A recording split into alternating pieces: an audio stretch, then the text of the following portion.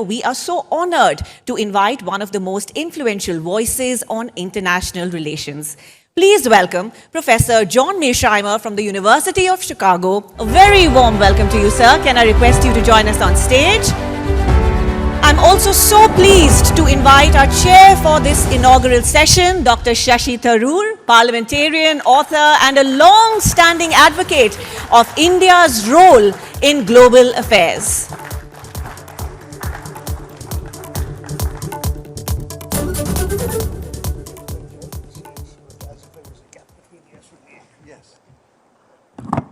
Well, wonderful to see you here. I was reminding Professor Mearsheimer that there's been at least a sort of 2-decade gap since he and I were last on a stage together, and that was in the US. I'm just delighted to have him here because he is one of the world's foremost realist thinkers. His famous thesis about great powers, the reason why states in their concern for survival tend to arm themselves and get into conflicts they might not necessarily be seeking, but which become inevitable because of their clashing ambitions. This is a thesis that has been hugely influential and has made him a distinctively recognizable advocate of what is known as the realist school of international relations. I'm going to turn to him twice today because he's with us this morning to talk about India-US relations, and this afternoon with Professor Monica Duffy-Toft and Professor Yu Zhentong from Tsinghua University to talk about the larger global picture. But today we'll begin by talking about the question that's on everyone's mind, and I think before we get into the nitty-gritty of the things that are on your and my minds as Indians, I think it's only fair to ask Professor Mearsheimer to lay out for us very briefly his key understanding of international relations and how that relates to the US-India relationship. Professor, you have the floor for the first sort of laying out the context kind of question. Thank you very much for the kind introduction, and thank you very much to the organizers for inviting me to be here today. To talk a little bit about my worldview and how it relates to US-India relations.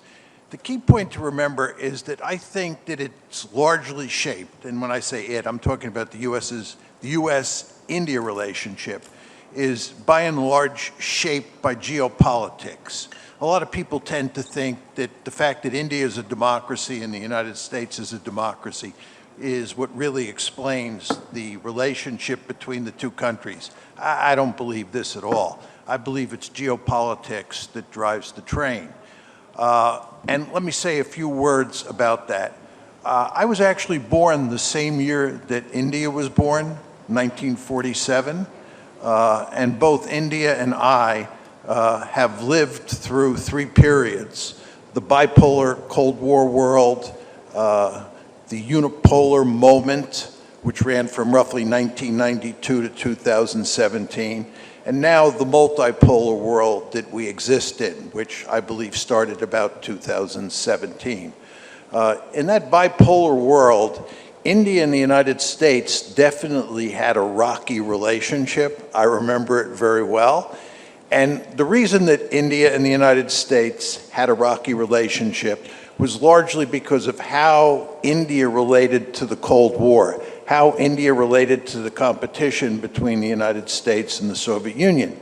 And the fact is that it was remarkably smart for India to be non-aligned, not to get too close to the United States or too close to the Soviet Union. And that, of course, angered the Americans.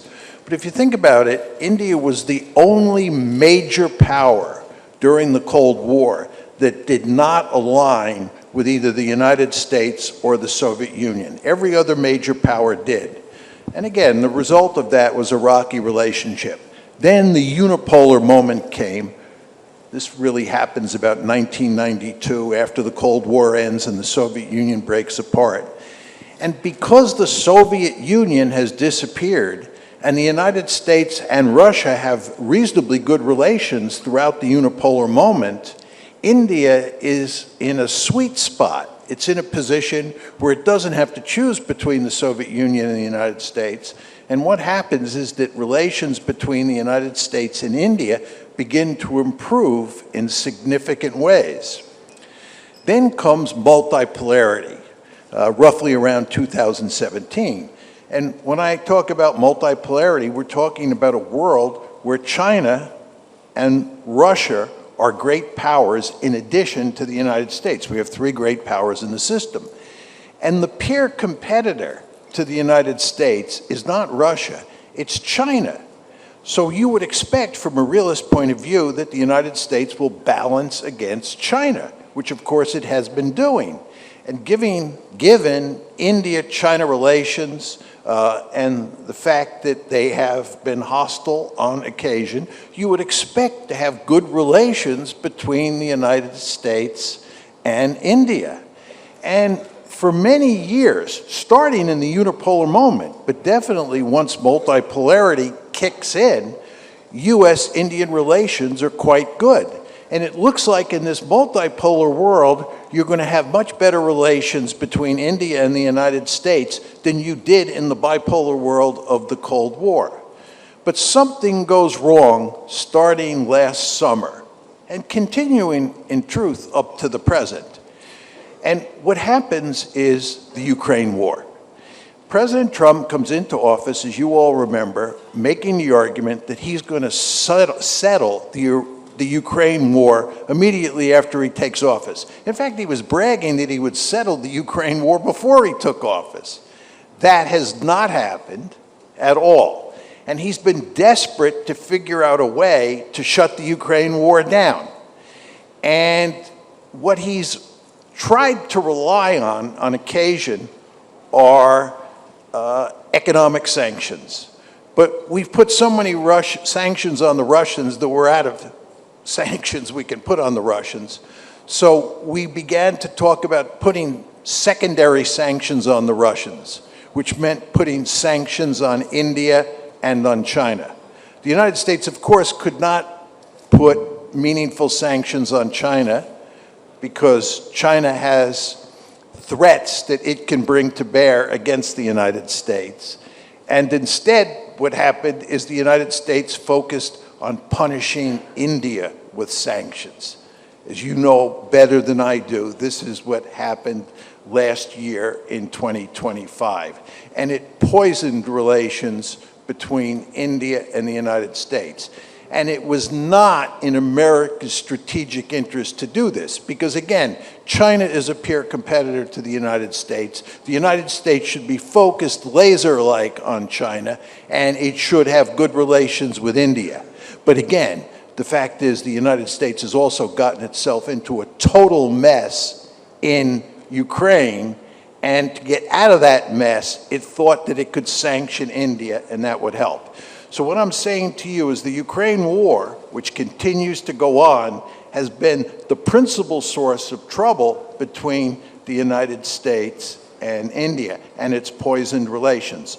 I want to make one final point, and that is that one cannot discount President Trump's personality.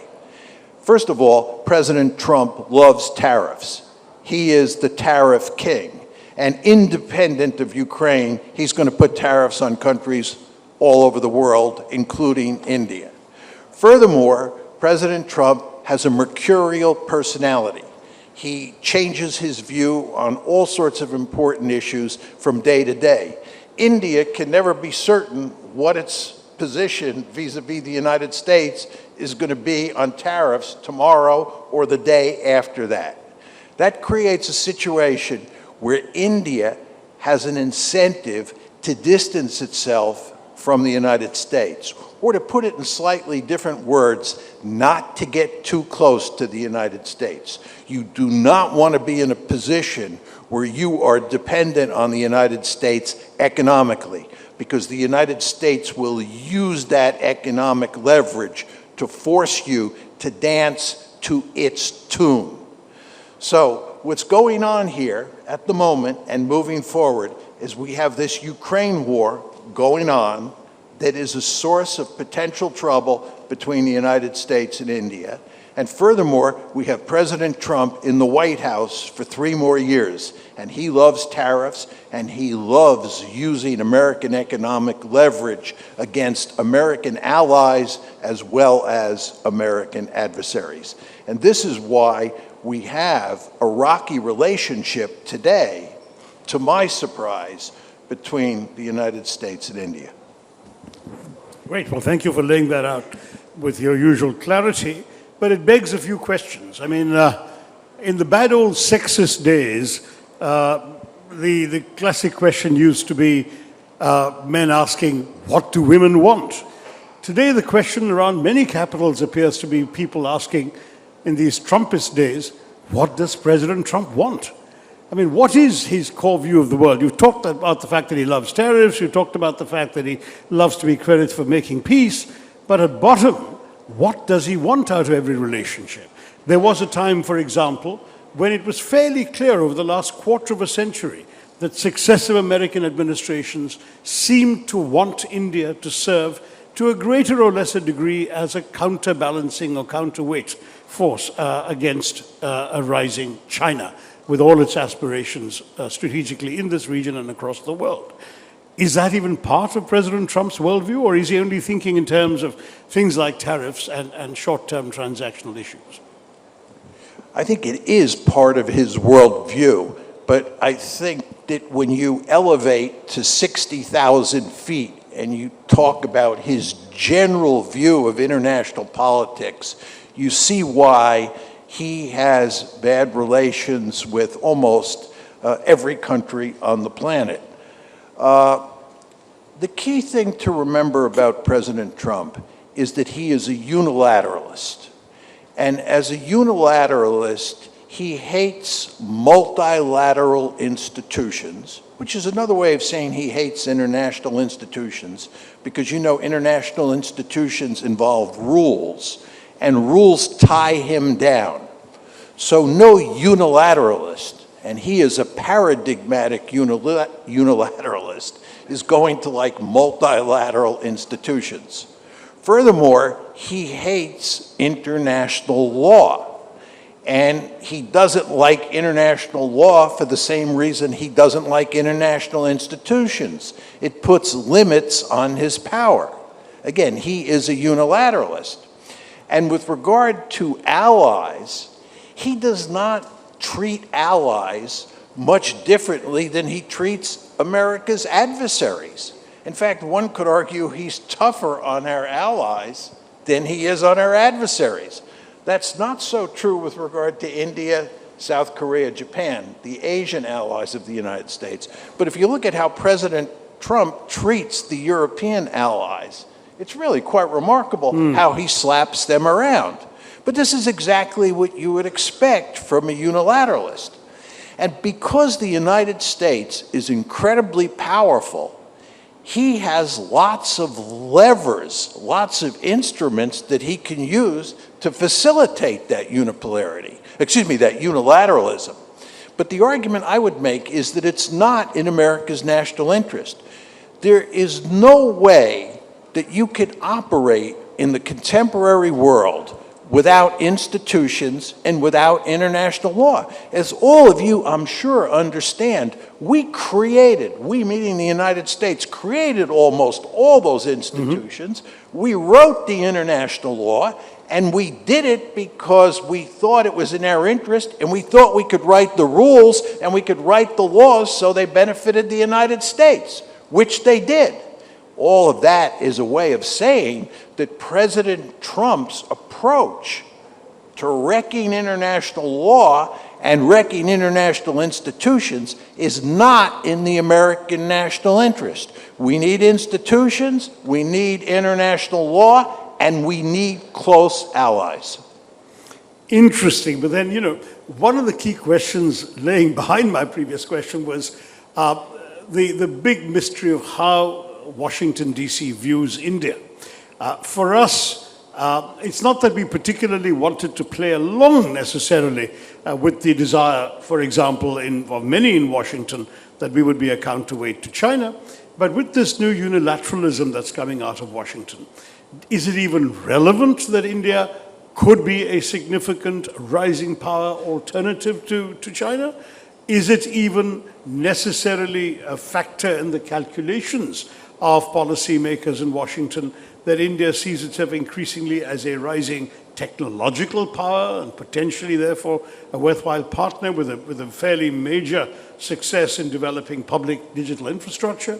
Is India's role in terms of serving as a sort of strategic swing power in some global competition, is this at all a factor in thinking?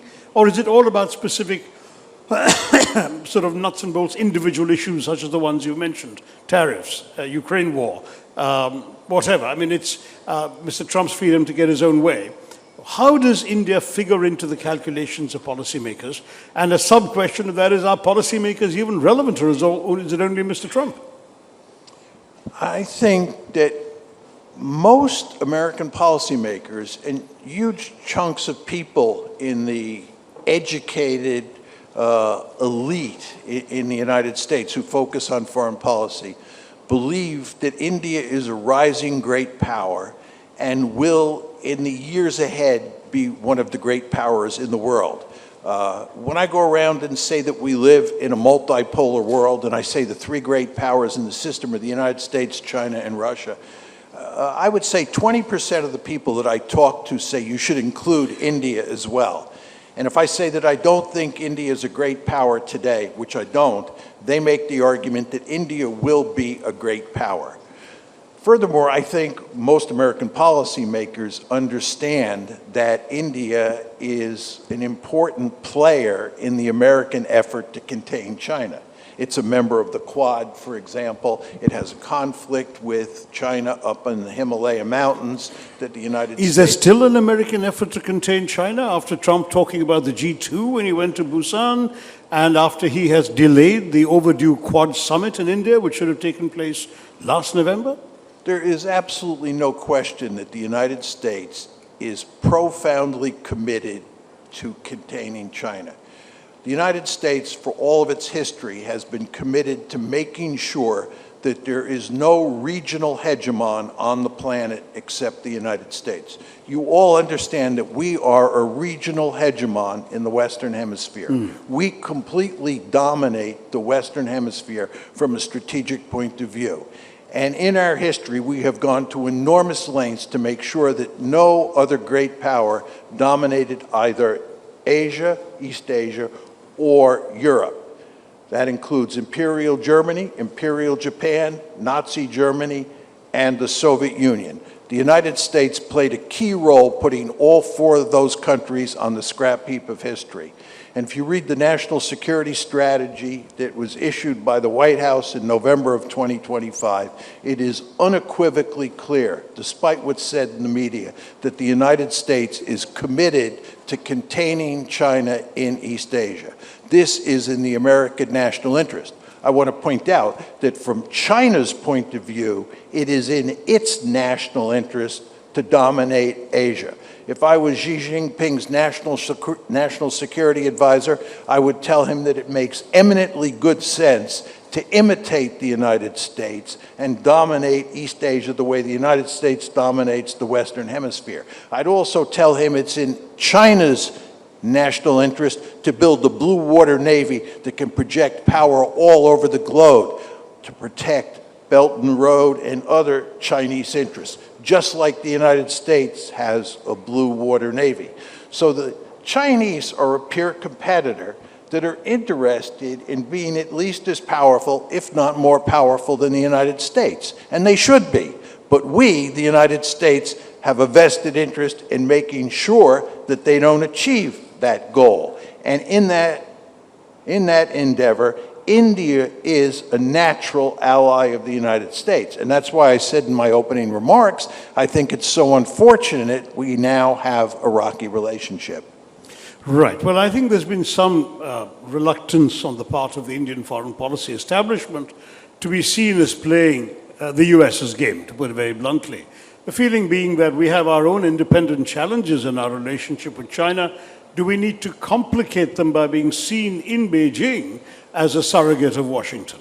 And I think this is one of the things that has been jeopardized in the rocky 9 or 10 months of the relationship we have endured between Washington and New Delhi is it has reinforced the hands of those who are skeptical about the merits of India falling into a US policy design vis-a-vis China. So in many ways, Washington has got to be aware of the complications here.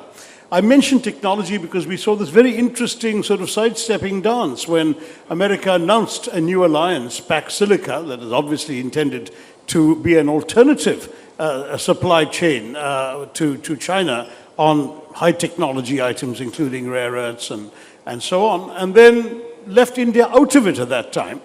Some months later, about 3 months after the initial announcement, America has sort of moved back a bit and invited India to join it, which it wasn't there at the beginning, and India has now joined it 2 days ago. So there's sort of evidence on both sides of the ledger.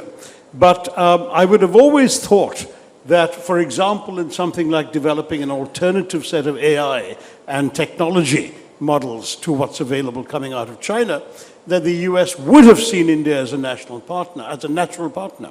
And yet when Pax Silica was devised, India wasn't there.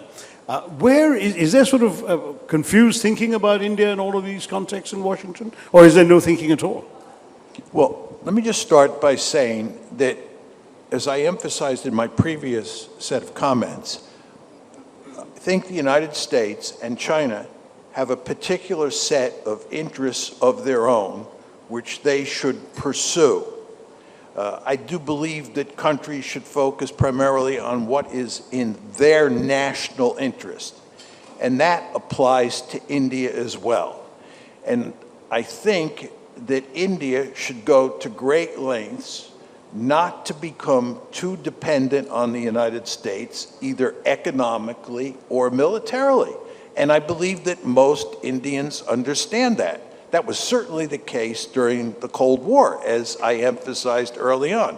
It was in India's national interest to be non-aligned, to not get too close to the United States, even if it angered the United States. The problem that India faces today is that it has powerful incentives to have close relations with the United States, both economically, as you allude to, and both strategically, as I said in my opening comments. And I believe that up until the summer of last year, the Indians believed that they were going to have a close and positive relationship with the United States. But then the tariffs were placed on India. Trump made a number of comments that were deeply antagonistic to the Indian people, and we are where we are today. But what this tells you is that India is in a situation where it has sort of a schizophrenic attitude towards the United States. It understands that from a technological or economic point of view, and from a strategic point of view, it has powerful incentives to have close relations with the United States. But at the same time, given what's happened over the past year, it has powerful incentives not to get too close to the United States. So my advice to India would be to try to walk a fine line, not get too close, but understand that you do have incentives to have good relations with the United States. Well, that's precisely what we are trying to do, is to dance delicately on that particular tightrope.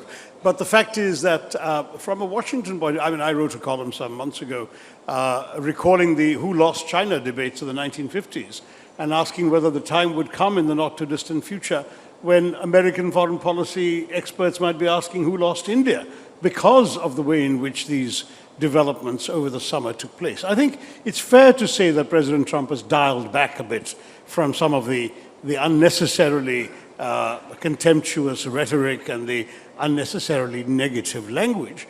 But some of the substantive lessons learned from that episode will still give pause to people in India, as you can well understand. If I can make one point on this, the United States does not pay that much attention to India these days because it is bogged down in the Middle East, it is bogged down in Ukraine, and now President Trump has decided to go on a nation-building spree in the Western Hemisphere. He's doing social engineering in Venezuela, He's going to do social engineering in Cuba, maybe Nicaragua. He's talking about making Canada the 51st state. He's talking about conquering Greenland. So he has this whole agenda in the Western Hemisphere. And again, you read the newspaper every morning looking to see whether we've started war against Iran. We're bogged down in the Middle East. We're bogged down in Ukraine. And of course, we have to deal with China at the same time. And President Trump is going to meet with Xi Jinping later this month. Or I guess it's next month. But anyway, the point is we have, as we say in the United States, so many irons in the fire that we don't have that much time to focus on India. And this is actually good news for India, because you don't want the United States focusing too much attention on you, because it just leads to trouble. That's fair enough. But, again, we're talking about, as you rightly said, the forthcoming March meeting between President Trump and President Xi. That does raise the question of how the US sees China. You mentioned you're convinced still of the fundamental strategic competition between the US and China, in which, for various reasons, including Chinese policy towards India, particularly on our long disputed frontier, we would naturally tend to be wary of Chinese blandishments and more receptive to any American approaches. But if the same President Trump is talking about a G2 and talking about implicitly carving up the world into spheres of influence that might essentially relegate India to the Chinese shadow, if not the Chinese orbit, where would that leave us? I mean, these are the questions we have to ask as we look at the US-China relationship that you've alluded to. We are not going to leave Asia to the Chinese. It's not going to be a Chinese sphere of influence. We don't act according to spheres of influence.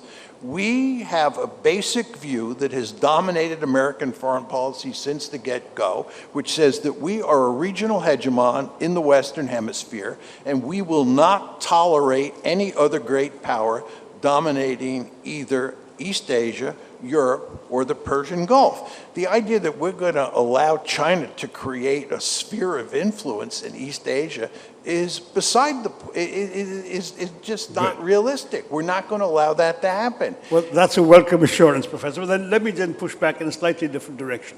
You talked much earlier about multilateralism and multipolarity. One of the ways in which India could have served as a balancing figure, as a balancing power, would have been by a strengthened role in multilateral global institutions in an increasingly multipolar world, where India's influence in a number of forums might have counterbalanced China's. Now what you're seeing is, with Trump's and the US's retreat from and withdrawal from a lot of these multilateral institutions, the very institutions in which India is seeking greater representation and influence have become less relevant. So how exactly does the US serve its own cause by abandoning India on the multilateral ship, as it were? Well, the United States does not even serve its own cause by greatly reducing, if not abandoning, these international institutions. I think there's no question about that. World Trade Organization, World Health Organization, the UN, and of course, in your hemisphere, you've got the uncertainties around the European Union and NATO as well, don't you? I agree 100%. There's no question about that. But I would just say, as a good realist, India's principal concern is more strategic than it has to do with international institutions. And the fact is that the Indian-China competition is only going to grow more intense with the passage of time. There's already a significant conflict up in the Himalaya Mountains along the line of control between the Indians and the Chinese. Both sides are building up their military forces there. China and Pakistan are going to be closer and closer allies with the passage of time. ABP Ananda, এগিয়ে থাকে, এগিয়ে রাখে।